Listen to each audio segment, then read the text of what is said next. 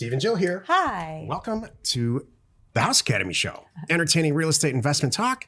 I'm Stephen Jack Butala. I'm Jill DeWitt, broadcasting from sunny Southern California. Today, Jill and I talk about success in anything requires obsession. I got this idea because Jill bought me a book. I think it was for Christmas, man. It's like February.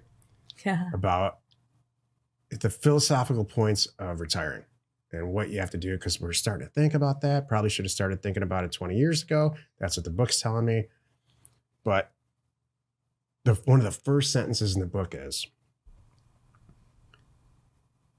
are you obsessed with whatever you're trying to accomplish?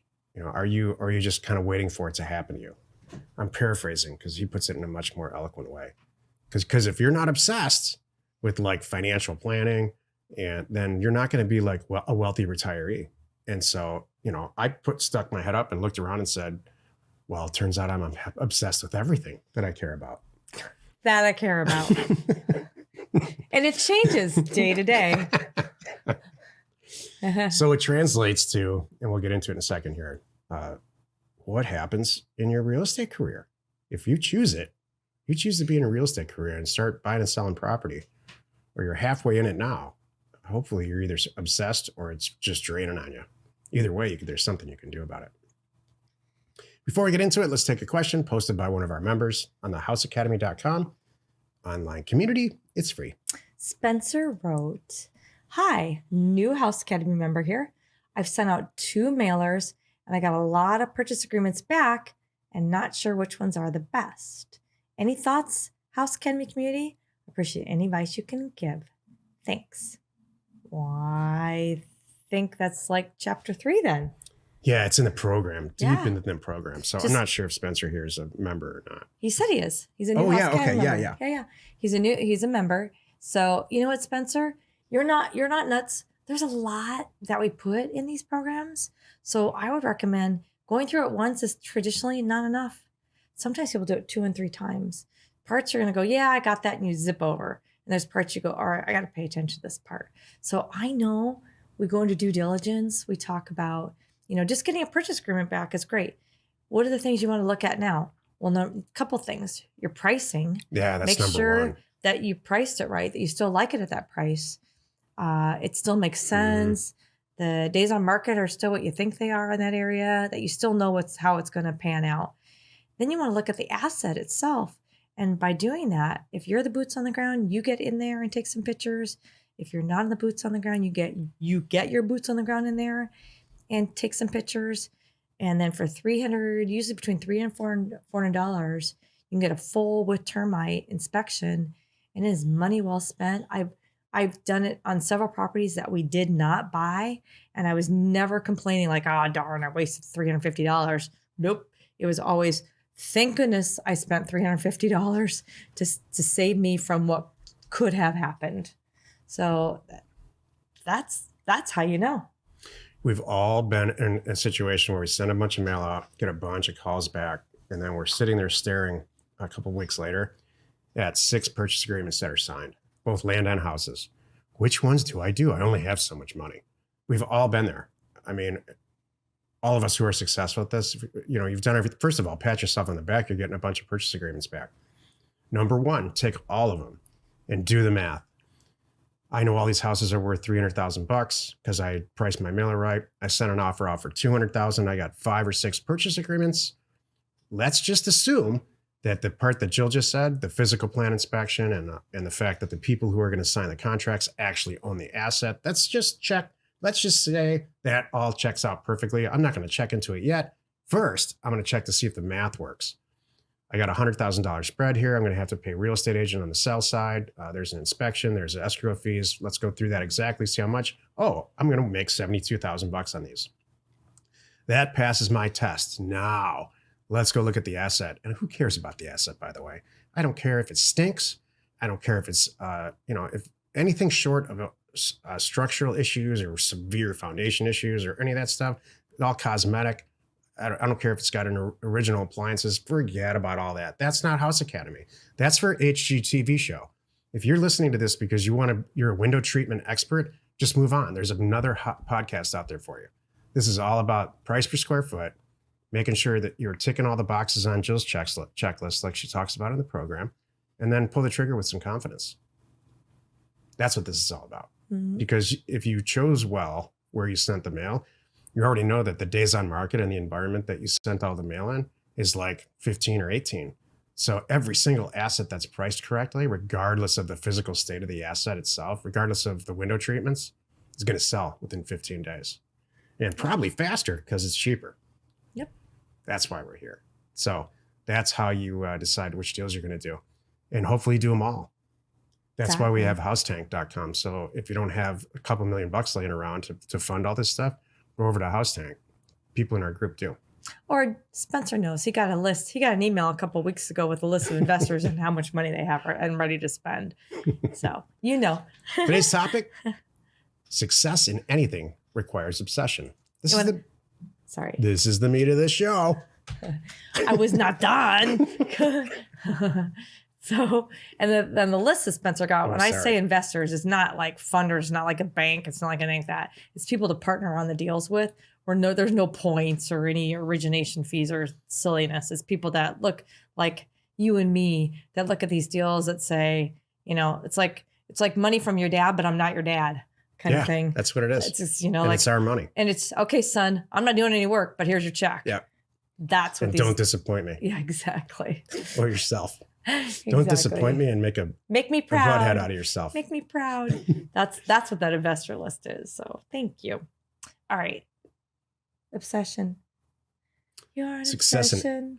Remember that song? Yeah. We're going to sing today. Okay. Success in anything requires obsession. So I really actually, like I said earlier at the beginning of the show, I have been obsessing about money and getting wealthy and everything that surrounds wealth since a very, very young age. I don't think I learned it from anybody. I don't think it was too much television. And I don't think when you handle it in a responsible manner, it's bad. That's one thing that Jill and I have in common. I've never met anybody like you, any woman for sure, like in a social situation, that is just shamelessly, yep, I drive an incredibly expensive sports car and I'm not making any apologies for it. In fact, me saying that out loud is very foreign to you. So I grew up in a Midwest environment where humility and moderation and quietness gets rewarded. Mm. And this is like Southern California at the beach. Oh, you're talking about the people that I worked 80 hours a week. I can only afford this. You are so lucky, that kind of a thing. Yeah. Oh, that's or worse. It's ridiculous. Or, not just for themselves, but pointing a finger at, you should never be driving that car, even if you do have that kind of money. How shame on you. That's we don't have those problems. Well, and I'm not going to apologize. Hold on a moment. But there is a point where there is a little too much. There's some stuff that's over the top. I don't or never will have a Rolls Royce. I think there's things so we like all that. Have a line. That's a little over the top. Come on.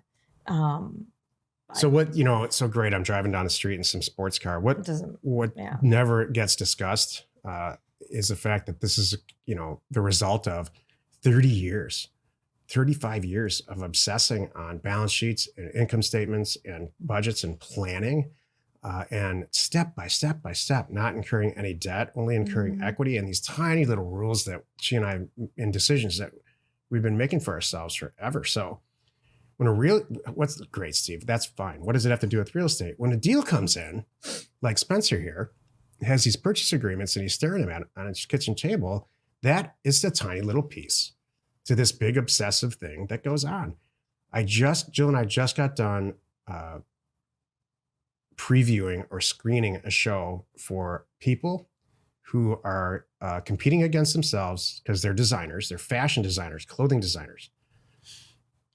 And they're the best in the industry that you've never heard of. They're the people behind Beyonce. Yeah, exactly.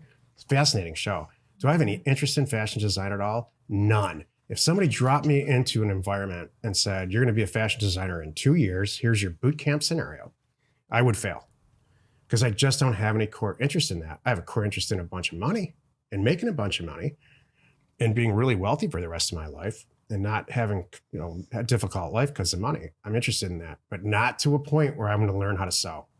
I'll go do something else first. So, okay, let me back up. I'm not obsessed with that.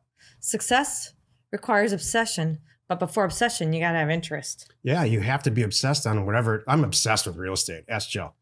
Obsessed. We can't go anywhere. She drives and I sit shotgun and look at real estate prices, even like to the grocery store. So Yeah, that's true. We stumble into many an open house just going for a mile bike ride. So, it's just in my blood and I love it. And like I mentioned this retirement book earlier, you have to be, I hope that if you're listening to this, you're obsessed with real estate and get it. You're not listening to me. You're using me as a vehicle to get to somewhere, wherever you want to go. We were just talking about a bunch of, there's a small group in our advanced group, Land Academy. This is the House Academy show. In our advanced group, they are obsessed. And they take complete responsibility for closing their deals and they won't stop. And that's why they're in the advanced group. And then they don't say things like, this mail is really expensive. They're so far past that. It's crazy. Like they don't have any complaints. They get it. They buy into it. They know it's possible. They've done a bunch of deals. Now they want to make $1 bajillion. That's obsession. I have it. I know. I understand. We both have it. I do it too. I do it in my work that I do, the projects that I'm given. I'm like, I tell people, go away. I'm working on something. That's my getting obsessed and into it. You go in your room and do data, and I go in my room and I work on sales and work on properties and work on our team or work on blogs, work on all kinds of things. So I love it. Can you be too obsessed? Yeah, I'm sure. I mean, I'm sure you could be, well, maybe, I'm not sure too obsessed is right, but how do you know if it's too much? I think you can be obsessed with besides really unhealthy your wife stuff. wants a divorce. I was just going to bring that up. Yeah, you don't want to do that. You could be obsessed with raising your children, and I think you're going to raise some messed up kids. I think that's one thing that I think it's okay to be obsessed, but not with the wrong stuff. Right. You could be obsessed with baking and become world famous and crazy rich. You can be obsessed with acting and become an actor. You are contracting, Right. or chess, or whatever, playing the guitar. Those are all really, I think, healthy obsessions that I'm not sure you can be too obsessed. Probably it crosses a line when you just stop taking a shower for a week, or you don't have any relationships in your life, which, I've done both of those hold a things. minute. 1 week is okay. Let's just be honest. 1 week is okay, but it's when it's your life now. It's a pattern. We got 90 days and there's no sign of it ending. I think then we got to look at that. I heard Mark Cuban. Your health is suffering. That's not good. Mark Cuban talks about a time in his life where he just described what I said. And he said, I was obsessed with this software and getting it to the market where it needed to be and everything that was involved in that. He's like, and Bill Gates has said this too. He said, there's a whole decade where he never left his office. He slept under his desk. I don't know. Is that is that unhealthy? No, because he wasn't married. He wasn't negatively affecting anybody. I think that's okay is my point. Yeah. I guess it depends on where you are in your life and what's going on around you. Just make sure you pay attention to everybody and everything and your health and your hygiene. If you're obsessed with women's feet, that's probably not good. I don't know what possible positive thing. Unless you want to be a podiatrist. A chick podiatrist. I don't know if that's okay. Just a podiatrist. You know what I mean. I do. I think podiatrists are probably so sick of looking at feet they can't take it anymore. Maybe a sculptor. You know what I'm getting at. I do know what you're getting at. Happy you could join us today. Every Monday, Wednesday, and Friday, you could catch us over on the Land Academy Show. Tuesdays and Thursdays, right here, House Academy Show.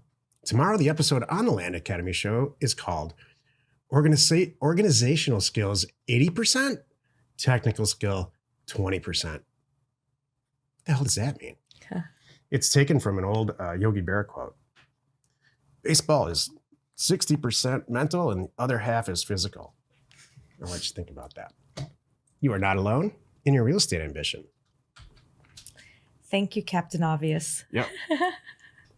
That was really Stuff good. needs to be said. And, a lot of the ideas that I get for these shows the titles are from, we use a program called Help Scout to manage customer service. All I have to do is go into Help Scout and see what people are asking and talking about it. And it's just to my amazement, not anymore, but early on to my amazement, it's not. How does the spreadsheet, I have the spreadsheet and I need to get it to the end. Please let me know. I think I'm missing these 3 things. That's what I thought all Land Academy customer service was going to be. Got it. And what it really is all I've been a kinds of member for stuff. 2 years and I just can't seem to get a mailer out. And I really do want to do this, and I know it works. And I've been lurking in the group forever. Just help me. I know. That's You're what these right. shows are about. Yep. The House Academy show remains commercial free for you, our loyal listener. So wherever you're watching, wherever you're listening, please subscribe and rate us there. We are Steve and Jill. Jill. Information And inspiration. to buy undervalued property.